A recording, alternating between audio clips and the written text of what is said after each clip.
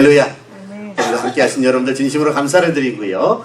자, 이제 오늘은요, 이 골로새서 1장 24절에서 27절의 말씀을 가지고 고난도 즐기는 이유다, 이런 제목을 가지고 같이 은혜를 나누기를 원합니다.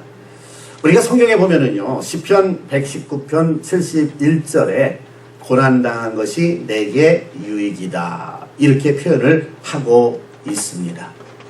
그러나 그럼에도 불구하고 왠지 고난은 피하고 싶다, 그렇지 않습니까? 여러분, 우리가요, 이 고진감래라고 하는 말이 있습니다. 그건 뭐냐면, 우리가 이제 이 좀 고난을 좀 감내한 후에는, 그 다음에는 감수한 후에는 이제 좋은 것이 온다라고 하는 그런 얘기죠. 그러나 그럼에도 불구하고 우리는 고난을 피하고 싶어요. 여러분들은 어떻습니까? 고난이 오기를 원합니까? 고난이 없기를 원합니까? 여러분들은 이왕이면 고난이 없기를 원하죠. 자, 그런데 그럼에도 불구하고 고난을 즐기는 사람들이 있다. 누가 과연 고난을 즐길까요? 바로 저와 여러분들과 같은 우리 그리스도인들인 줄로 믿습니다. 자, 그러면 우리 그리스도인들이 고난을 즐기는 이유는 과연 무엇일까? 오늘 주님께서 바울을 통해서 우리에게 주신 메시지를 통해서 같이 한번 생각해 보기를 원합니다. 자, 여러분들이 신앙생활을 하면서요, 이 고난을 즐길 수 있는 이유가 있어요. 그건 뭐냐면 바로 복음의 가치를 알기 때문에 우리는 고난을 즐길 수가 있다. 보통 그렇잖아요. 사역자의 길은 십자가의 길이다, 그런 표현을 많이 씁니다. 자, 그럼에도 불구하고 왜 그 길을 걸어가려고 할까요? 복음의 가치를 모른다고 한다면은 그 길을 굳이 걸어갈 필요가 없습니다. 그러나 복음의 가치를 알기 때문에, 하나님의 은혜를 알기 때문에, 하나님의 사랑을 알기 때문에, 그래서 많은 사람들이 사역자의 길을 걸어가게 되는 것을 보게 되죠. 사도 바울도 마찬가지입니다. 바울은요, 이 영혼 구원을 위해서 받는 고난과 괴로움을 오히려 기쁨으로 생각했다고 성경은 말씀하고 있습니다. 그래서 오늘 골로새서 1장 24절에 보니까 이렇게 표현합니다. 나는 이제 너희를 위하여 받는 괴로움을 기뻐하고 그리스도의 남은 고난을 그의 몸된 교회를 위하여 내 육체에 채우노라, 라고 얘기를 하는 거죠. 여러분, 그렇지 않습니까? 고난이 오고 괴로움이 온다고 한다면 그것을 그렇게 좋아할 사람이 누가 있겠습니까? 그러나 복음의 가치를 알고 있기 때문에 사도 바울은 고난이 온다고 한다 할지라도 그 고난을 기쁨으로 이기고 당당하게 그 고난을 헤쳐나가는 그러한 모습을 우리에게 보여주고 있는 거죠. 사실 이제 초대교회 교인들만 하더라도요, 초대교회에서 예수를 믿는다라고 하는 것은 고난과 환난과 핍박이 겸하여 온다라고 하는 것을 의미하고 있었습니다. 또 그 당시에 주의 종으로서 하나님의 사역자로서 복음을 위해서 일한다고 하는 것은 거의 다가 순교를 각오하지 아니하면 갈 수 없는 그러한 길이었습니다. 그럼에도 불구하고 그들은 왜 그 길을 걸어가게 됐느냐? 그것은 바로 우리 주 예수 그리스도께서 이 땅에 오셔서 우리의 모든 인류의 죄를 대신해서 십자가를 지신 것을 알기 때문에, 그 십자가를 통해서 우리를 구원하시고 영원한 생명을 허락하신 것을 알기 때문에, 그러므로 사역자들이나 성도들이 그 고난의 길을 기쁨으로 걸어갈 수가 있었다라고 하는 그런 얘기죠. 특별히 여기 보니까 이 사도 바울은 자기는 그리스도의 남은 고난을 그의 몸된 교회를 위하여 내 육체에 채우노라라고 표현을 하고 있습니다. 이 말씀은 결국은 이제 자기가 예수 그리스도의 고난에 동참하기를 원한다. 예수님께서 인류를 구원하시기 위해서 이 땅에 오셔서 십자가를 지신 것처럼 자기도 이 땅에 있는 많은 영혼들을 구원하게 하기 위해서 어떤 고난이 온다고 한다 할지라도 예수 그리스도께서 걸어가신 그 십자가의 길을 걸어가겠다라고 표현을 하고 있는 것입니다. 사랑하는 성도들, 오늘 저와 여러분들이 정말 예수 그리스도의 제자라고 한다면 우리는 어떤 삶을 살아가야 될까요? 물론 고난이 없기를 원합니다. 환난이 없기를 원합니다. 핍박이 없기를 원합니다. 잘 되기를 원합니다. 좋은 일들만 일어나기를 원합니다. 그럼에도 불구하고 정말 우리가 주님의 제자라고 한다면은 우리는 주님을 위해서 받는 고난과 괴로움이 올 때에 오히려 기뻐할 수 있어야 된다. 여러분들은 어때요? 신앙생활 하면서 정말 복음을 위해서 일하다가, 교회를 위해서 헌신하다가, 그리스도를 위해서 살다가 어떤 고난이 있습니까? 어떤 시련이 있습니까? 어떤 괴로움이 있습니까? 사실 우리가 신앙생활 하면서요, 만약에 내가 이렇게 복음을 위해서 산다고 하면서도 나에게 고난이 전혀 없다, 괴로움이 전혀 없다, 문제가 전혀 없다, 뭐 이제 어떤 핍박이 전혀 없다 라고 생각한다고 한다면은 그것은 뭔가 잘못된 길을 걸어가고 있는 것이 아닌가, 그런 생각을 하지 않으면 안 됩니다. 자, 우리가요, 예를 들어서 운동선수도 마찬가지거든요. 이제 운동선수도 주전이 되게 되면은 운동장으로 뛰어나갑니다. 링으로 올라갑니다. 그러면 어떻게 되죠? 거기는 태클도 들어오게 되고 넘어지기도 하고 또 맞기도 하고 그러는 거예요. 그래서 우리가 고난이 전혀 없다라고 하는 말은 무슨 말이냐 하면은 나는 주님을 위해서 살지 않았다는 말이에요. 고난이 전혀 없다라고 하는 말은 무슨 말이냐면 내가 복음 전도를 하지 않았다는 얘기예요.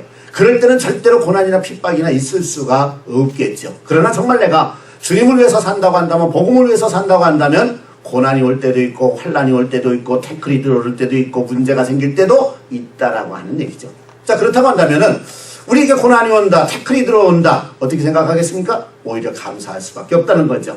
내가 하나님의 일을 하고 있으니까, 내가 복음을 위해서 일하고 있으니까, 내가 전도를 하니까 이런 고난이 오는구나, 이런 핍박이 오는구나, 이런 환난이 오는구나 라는 생각을 할 때에 우리는 오히려 감사할 수 있고 하나님께 영광을 돌릴 수가 있다는 것이죠.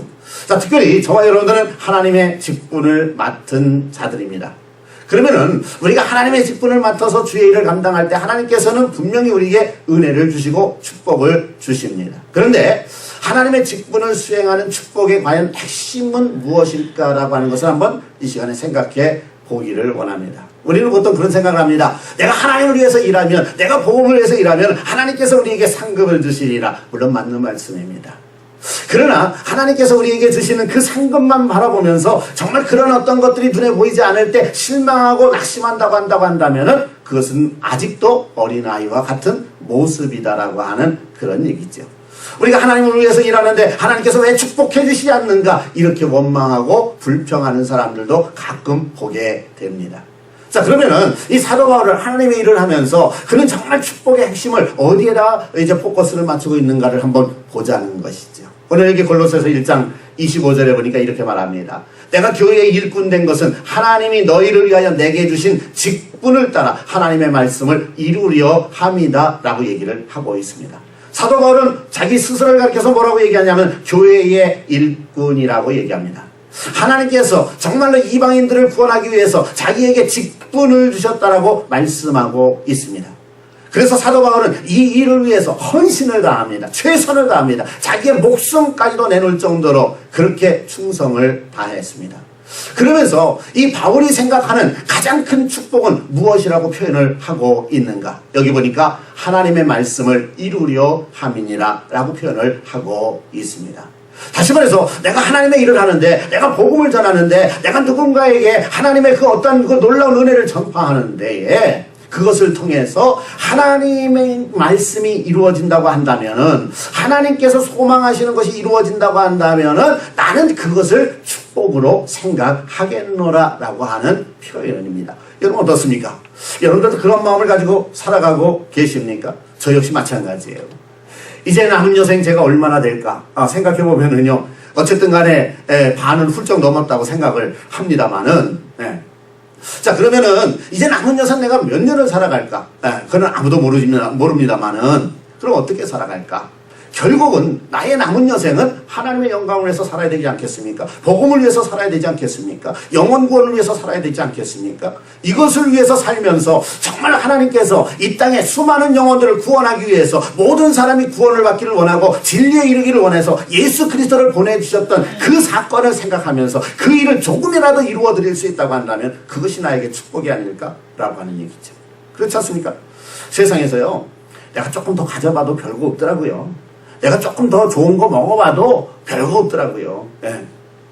어저께도 저희 그 사위가 이제 할머니 할아버지가 자기 애들을 잘 봐준다고 해가지고서는 저녁을 사드리겠다고 그러면서 고깃집으로 가가지고서는 고기를 사주는데, 야, 이제는요 예전 같지 않더라고요. 그냥 몇 점 집어먹으니까 도무지 먹을 수가 없어요. 그러니까 아무리 진수성찬이라고 한다고 할지라도 그거 뭐 별로 대단한 것도 아니고요. 그렇지 않습니까? 결국 우리가 이 땅에서 가장 큰 축복은 뭐냐? 하나님께서 그토록 원하시는 일을 우리가 조금이라도 이루어 드릴 수 있다고 한다면 그것이 나에게 복이 아니겠는가? 그것이 결국 하나님의 상급이 아니겠는가라고 하는 그런 얘기죠. 그러니까 우리는 뭐 풍성한 것에 기뻐하기보다는 정말 주님을 위해서 고난이 온다고 한다면 그 고난 속에서도 기뻐할 수 있고 그 고난 속에서도 즐거워할 수 있고 오히려 복음을 위해서 살다가 그런 고난을 내가 맞을 수 있다고 하는 것을 영광으로 생각하는 그러한 믿음의 모습. 그렇죠? 바로 사도 바울이 그런 믿음의 모습을 가지고 있었다라고 하는 그런 얘기입니다. 오늘 저와 여러분들도 이 사도 바울과 같이 어떤 경우에도 고난이 온다고 한다 할지라도 복음을 위해서 받는 고난이라고 한다면 오히려 기쁨으로 받고 즐기고 당당하게 그 모든 것을 이겨나가면서 하나님께 영광 돌리고 할 수 있는 대로 많은 사람들에게 더 하나라도 복음을 전할 수 있는 복된 성도들이 되시기를 주님의 이름으로 축원합니다. 그 다음에 우리가 고난을 즐길 수 있는 이유가 또 하나가 있어요. 그건 뭐냐면은 우리는 하나님의 비밀을 아는 자들이기 때문에 그렇습니다. 여러분 보통 국가에서도 보면은요 어떤 사람들에게 특수 임무를 지게 하고요 그리고 어디 이제 이렇게 좀 험한 지로 막 이렇게 보내는 그러한 경우도 있습니다. 예를 들면은요 요즘은 별로 그렇지 않습니다만은 예전에 보면 특수부대 그 원들을 갖다가 훈련시켜 가지고서 저 북한까지 막 들어갔다 나오게 하는 이러한 일들도 있지 않았습니까? 자 거기에 들어간다는 것이 얼마나 큰 위험이고 모험입니까? 그렇죠? 그럼에도 불구하고 뭐예요? 이거는 국가가 나에게 준 사명이다. 그 사명을 가지고 죽음도 불사하고 들어갔다가 나왔던 그런 사람들의 얘기를 우리는 듣게 되지 않습니까? 여러분 그렇습니다. 오늘도요 우리가 고난도 즐거워할 수 있는 것은 세상 사람들은 이 세상을 향한 우리를 향하신 하나님의 비밀을 모른단 말이죠. 네. 그러니까 하나님의 비밀을 모르면서 교회를 위해서 살다 주님을 위해서 고난받으면은요 내가 왜 예수 믿는데 왜 이런 고난이 옵니까? 원망할 수밖에 없죠.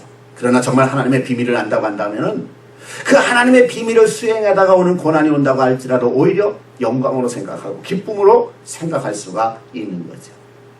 하나님의 비밀은 뭐냐? 예수 그리스도와 십자가의 부활 사건을 통해서 우리로 하여금 구원을 주시고 그것을 우리가 알게 하시고 또 우리에게 전할 수 있는 이러한 그 놀라운 축복을 주셨는데 그것은 엄청난 영광이기 때문에 우리는 그 비밀을 알기에 우리는 어떤 고난도 감수할 수 있다는 것입니다. 자 여기 보니까 골로새서 1장 26절에 이렇게 말합니다. 이 비밀은 만세와 만대로부터 감추어졌던 것인데 이제는 그의 성도들에게 나타났고 그랬습니다. 모든 인류가 죄를 범했습니다. 그래서 그 죄로 인해서 죄의 싹슨 사망으로 지옥에 들어갈 수밖에 없었습니다. 그런데 하나님께서는 그 인류들을 죄악 가운데 있다고 그냥 지옥으로 내려보내는 것이 아니라 하나님의 큰 사랑은 이 인류를 죄에서 구원해서 구원을 받게 해서 영원한 천국에 들어가게 하시려는 것이 하나님의 계획이었습니다. 그래서 그 계획을 따라서 구약에 예언된 대로 예수 그리스도를 이 땅에 보내주셨고요. 예수님은 이 땅에서 사역을 감당하시다가 이제 마지막 때에는 십자가에 달리셔서 우리의 모든 죄를 대신해서 죽으셨습니다. 그리고 부활하시고 승천하셨습니다. 예수 그리스도는 구원의 길입니다. 예수 그리스도는 천국의 길입니다. 예수 그리스도는 생명의 길입니다. 예수 그리스도는 영원한 축복입니다. 자 그런데요 이거를 구약 성도들은 어떻게 됐죠? 마치 이 보석 상자에 담긴 그러한 어떤 보석처럼 말이에요 감춰져 있었단 말이죠. 그런데 이제는 신약 성도들에게는 어떻게 됐어요? 그 보석 상자가 활짝 열렸어요. 그러면서 예수 그리스도가 어떤 분이라고 하는 것이 분명히 보여졌다는 것이죠. 자, 그런데 그것을 알고 있는 우리가 가만히 있을 수가 있겠느냐 그거죠.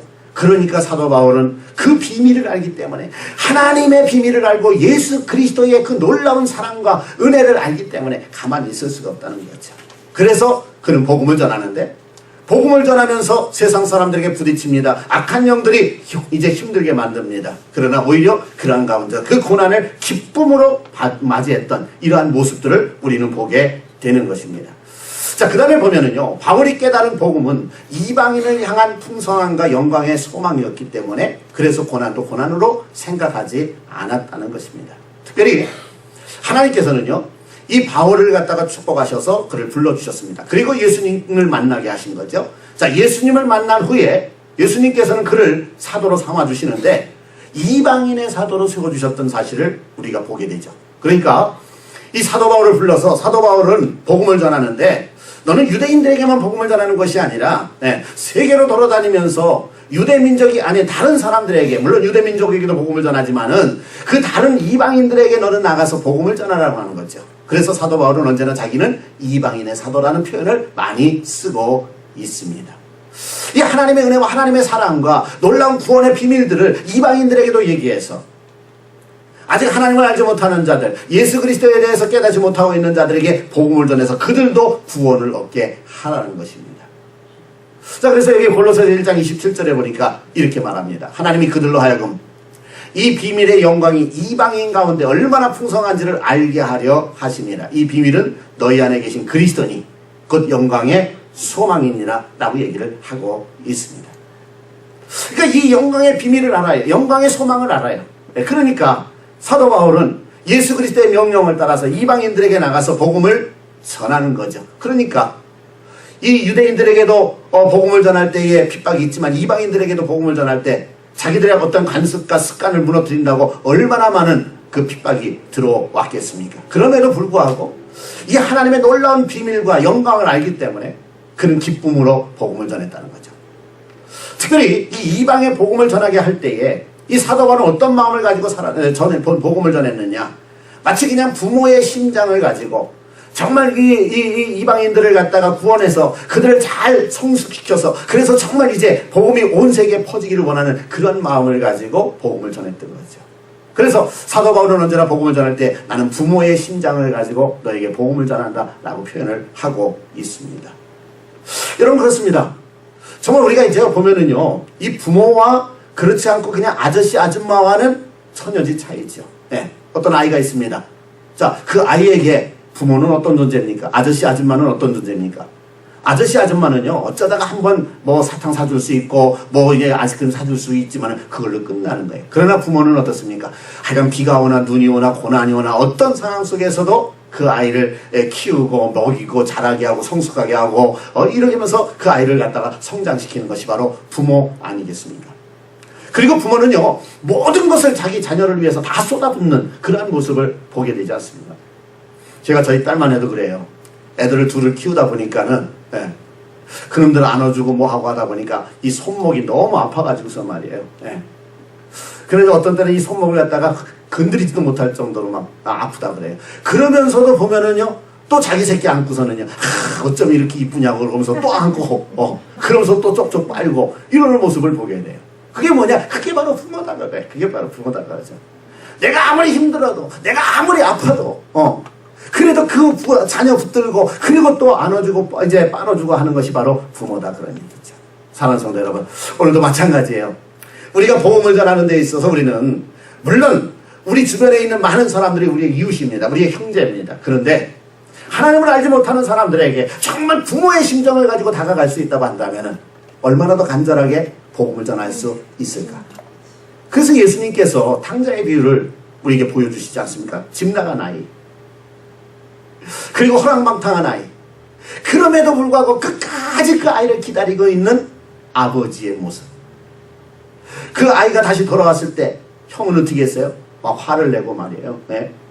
어떻게 우리 아버지가 저럴 수 있어? 나가가지고서는 다 탕진하고 들어온 아이를 갖다가 뭘 저렇게 환영을 해? 그럼 불평했잖아요.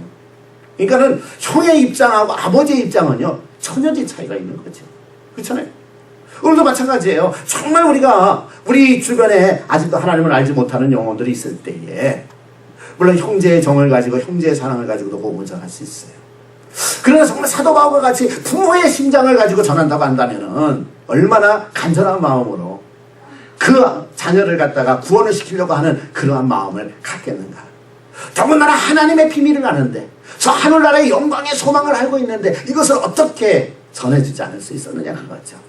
그래서 사도 바울은 그런 마음을 가지고 헌신을 다했던 그런 사실을 보게 되는 것입니다. 바라기는 저나 여러분들도 마찬가지예요. 정말 불신 영혼들을 볼 때 부모의 심장을 한번 가져보자는 거죠. 그럴 때 우리는 그 영혼들이 불쌍하지 않을 수 없고 그 영혼들에게 복음을 전하지 않을 수가 없다. 그래서 우리만이 하늘의 영광의 소망을 가지고 살아가는 것이 아니라 그들에게도 하나님의 영광의 소망을 함께 나눠줄 수 있는 삶을 살아가자는 거죠. 그럴 때 또 하나님께서는 저와 여러분들을 얼마나 예뻐하실까 그런 생각을 하지 않을 수가 없습니다. 자, 마지막으로요. 우리가 왜 고난을 즐길 수 있느냐, 우리 그리스도인들이 고난을 즐길 수 있는 또 다른 이유가 있습니다. 그것은 뭐냐면 복음을 위한 고난의 의미와 그 결과를 알고 있기 때문입니다. 여러분, 우리가 복음을 위해서 고난을 당하는데 그냥 뭐 맥없이 고난 당하는 거 아니지 않습니까? 예를 들어서 농사꾼들이요, 농사를 짓습니다. 그리고 땡볕에 나가가지고서는 호미질하고 말이에요. 예? 그거 왜 그렇게 합니까? 그들은 그 바깥에 나가서 그렇게 일할 때 그 일하는 것의 어떤 의미를 알아요. 그리고 결과를 알아요. 그렇기 때문에 남이 저 미쳤나 봐. 그래도 나가서 일하는 거예요. 왜? 일을 할 때에 아름다운 결과가 있다라는 것을 알고 있기 때문에 그렇습니다. 자, 그러면 그리스도인들에게 있어서 고난의 의미는 과연 무엇일까?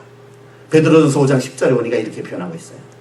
모든 은혜의 하나님 곧 그리스도 안에서 너희를 부르사 자기의 영원한 영광에 들어가게 하시니가 잠깐 고난을 받은 너희를 친히 온전케 하시며 굳게 하시며 강하게 하시며 털을 경고케 하시리라. 할렐루야. 우리 하나님은 은혜의 하나님이신 줄로 믿습니다. 그리스도 안에서 여러분들을 부르셨다 그런 얘기입니다. 그리고 또 한 가지 잘 보세요. 여기 보니까 자기의 영원한 영광에 들어가게 하시니가 그랬어요. 할렐루야. 오늘 저와 여러분들이 예수 그리스도를 믿고 하나님의 자녀가 됐으면 이제 우리는 개런티 받을 것이 있다. 여러분은 무엇을 개런티 받았어요? 우리는 하나님의 영원한 영광에 들어가게 됐다라고 하는 거죠. 이거는 우리가 이제는 이 세상을 마감하고 하나님의 나라에 갈 때에 우리는 그 영원한 영광에 확실하게 들어가게 되는 그런 개런티를 받은 존재들인 줄로 믿으시기를 바랍니다. 그런데 이 개런티를 받았는데 우리가 이 세상에서 살면서 어떤 일이 있느냐? 고난이 있었습니다. 복음을 위해서 살다 보니까, 예수를 위해서 살다 보니까, 바르게 살다 보니까 고난이 있을 수가 있다. 그런데 그 고난은 어떤 고난이냐? 그 고난이 어떤 고난이라고 그랬어요? 오늘 성경에 보니까 무슨 고난이라고 그랬어요? 잠깐 고난이다. 뭐라고요? 고난은 무슨 고난이다? 잠깐 고난이다. 잠깐 고난이다. 그러니까 이 잠깐 고난이라고 하는 말은 무슨 말입니까? 영원한 고난이라는 거에 지나가는 거라는 거예요. 할렐루야, 지나가는 것이다. 네, 지나가는 것이다. 우리 인생을 살아가면서 많이 느꼈잖아요. 우리 성도님들도요. 그동안에 살면서요, 참 어떤 때는요, 예, 정말 생각지도 않은 고난이 오고 괴로움이 오고요. 예. 어떤 때는요, 손발이 쭉 터질 때가 있고요. 야, 이제 나 끝나나 보다. 이런 생각이 들 때가 있고요. 그렇죠? 그런데 지나놓고 보면은요, 그것이 영원한 고난이었어요? 잠깐 고난이었어요? 잠깐 고난이었단 말이죠. 특별히 우리가 하나님의 나라의 영광을 아는 저와 여러분들에게는 이 땅에서 고난이 와도, 예, 뭐라고요? 뭐라고요? 잠깐 고난이다. 잠깐 고난이다. 할렐루야. 네? 그런 거예요.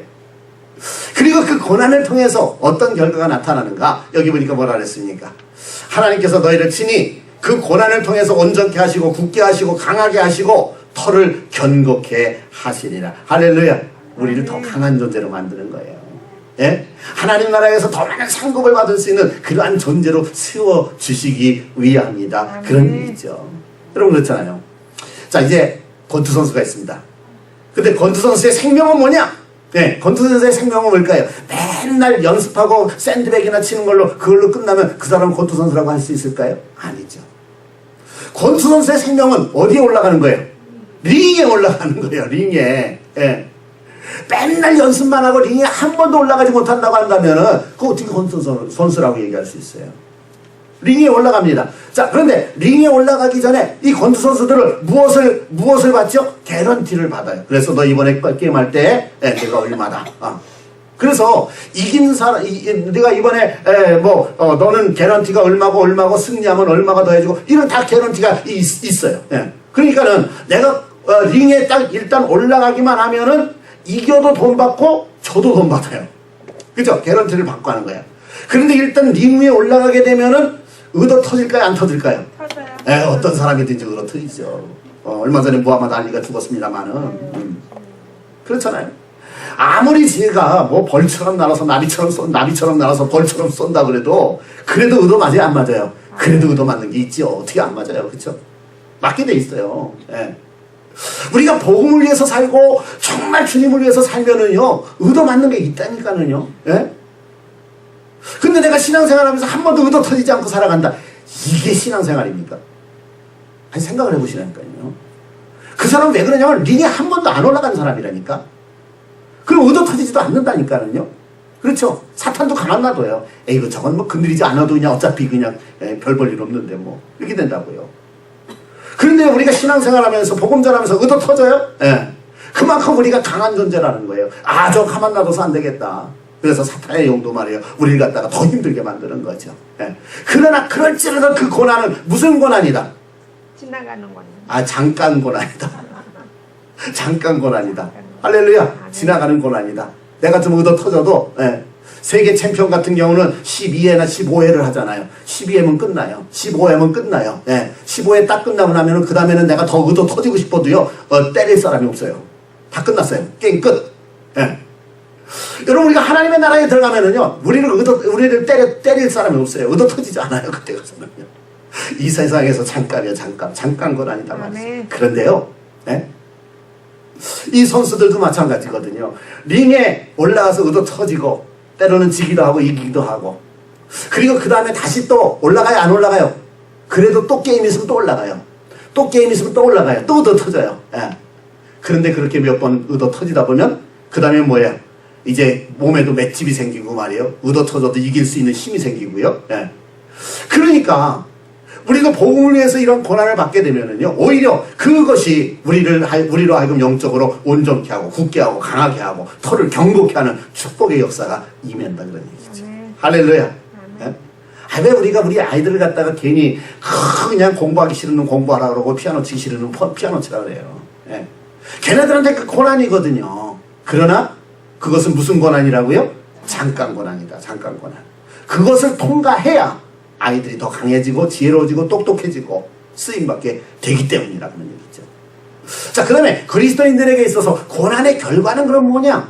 여기 마태복음 5장 11절 12절을 마지막으로 보겠습니다. 여기 보면 이렇게 말씀하고 있어요. 나를 인하여 너희를 욕하고 핍박하고 거짓으로 너희를 거스려 모든 악한 말을 할 때에는 너희에게 뭐가 있어요? 복이 있나니 기뻐하고 즐거워하라. 하늘에서 너희의 상이 큼이라. 할렐루야. 여러분, 복받기를 원하세요? 하늘의 복받기를 원하세요? 네. 정말 하나님께서 원하시는 그런 축복을 받기를 원하세요? 네. 할렐루야. 그래요. 예. 그런데 어떤 사람이 그런 복을 받느냐? 결국은요, 복음을 위해서 살아야 돼요. 복음을 위해서 살다 보면은요, 예수 그리스도의 이름을 전한다고 하는 것 때문에 사람들이 우리를 갖다 어떻게 합니까? 욕하고 핍박하고, 그리고 거짓으로 너희를 거스려 모든 악한 말을 하고 막 그런단 말이에요. 예. 그래가지고 막 못하게 하고요. 이런 현상들이 나타나거든요. 그런데 참 세상적으로 보면은요, 아니 내가 왜 이 지랄을 하고 있나? 이런 생각이 들 때도 있어요. 진짜로. 예. 그런데 성경에 보니까 주님께서는 그것을 뭐라 그랬어요? 그런 사람들에게는 뭐가 있다고요? 복이 있나니. 너희에게 복이 있나니. 너희에게 복이 있나니. 너희에게 뭐가 있나니? 복이 있나니. 복이 있다는 거예요. 예. 제가 나가서 복음 전하다 보면은요, 어떤 사람 막 욕을 하는 사람이 있어요. 삿대질 하는 사람이 있어요. 손가락질 하는 사람도 있고요. 예. 근데 저는 그런 거 전혀 개의치하지 않아요. 오히려 그리스도를 전하다가 복음을 전하다가 누가 나를 욕하면은 하나님의 복이 또 하나 나한테 왔구나. 할렐루야. 이런 식으로 생각하는 거예요. 그래 안 그래요, 여러분들? 그렇게 생각하면 되는 거예요. 그래서 우리는 뭐 하라고요? 고난이 와도 기뻐하고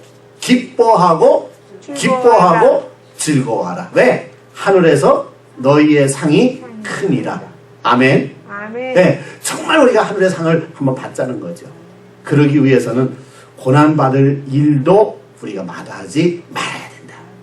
자, 이제 말씀을 맺겠습니다. 우리가요, 어떤 사람은요, 교회 다니다가 주일 하다가 시험 들었어. 그런 얘기하는 사람들이 있어요. 물론 그렇죠. 누가 자기를 힘들게 하고 괴롭게 하면은 시험 들 때도 있고요. 예. 그런데요, 가만히 생각을 해보세요. 신앙생활 하면서요, 예, 그냥 아무 일도 하지 않는 사람도 있어요. 그런 사람들이 시험 들 일이 있을까요? 없을까요? 없죠. 없어요. 교회 일을 하면서 열심을 내고 막 헌신하고 충성하고 막 이러면은요, 예, 또 그거 안 입겁다고 뭐라 그러는 사람이 있고요. 예. 자기는 한 번도 안 해오면서 해온 거 가지고 왜 이따 이래 하냐 그러는 사람이 있고요. 예, 그래요. 다 그래요. 그러면은요, 이 마음이 속상하잖아요. 사람이기 때문에. 그러니까 시험 드는 거예요. 그러나, 그런 사람은 뭐예요? 그래도 지혜를 한 사람이다. 그거죠. 뭔가 교회를 위해서 헌신한 사람이다. 그런 얘기죠. 그러기 때문에 그런 비난도 받을 수가 있다는 거죠. 그런데 그런 비난을 받으면 하늘에서 뭐가 큼이라? 뭐가 큼이라? 상이 큼이라. 아, 그러면은 비난받는 거 속상해 해야 돼요? 그럴 때 오히려 감사해야 돼요? 네, 감사해야 된다. 확실하게 가르쳐 드렸어요. 또 나중에 무슨 다른 소리 하지 마시고요. 네, 정말이에요, 우리가. 그럴 때 오히려 감사할 수 있어야 돼. 그게 성숙한 믿음이지. 예. 우리 애들 보면은요, 그냥 별것도 아닌 거 가지고서 조금만 모하면은 그냥 울고 불고 막 그냥 속상해하고 그러더라고. 어린애 신앙이라 그래요, 어린애 신앙이라. 예. 자, 그래서 우리는요, 이제 십자가를 져야 되는데, 십자가를 질 때 즐겁고 행복한 마음으로 십자가를 질 수 있습니까? 정말 그렇게 할 수 있습니까? 아멘. 정말 그렇게 십자가 질 수 있습니까? 그래요. 굉장히 중요한 거예요. 우리 그런 말 있잖아요. No cross, no crown이라고. 그렇잖아요?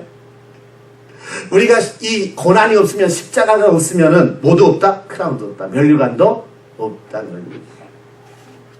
내가 나가서 돈 벌지 않는데 무슨 돈이 들어올 수 있겠습니까? 그렇잖아요. 예. 십자가를 져야 부활도 있는 거고요. 면류관도 있는 거고요. 오늘 저와 여러분들이 이러한 사실을 다시 한번 기억하면서 정말 우리가 하나님의 크라운을 받기를 바랍니다. 그러기 위해서는 크로스도 십자가도 오히려 기쁨으로 질 수 있는, 그래서 사도 바울과 같은 멋진 모습으로 신앙생활할 수 있는 우리 모두가 되기를 주님의 이름으로 축원합니다. 기도하겠습니다.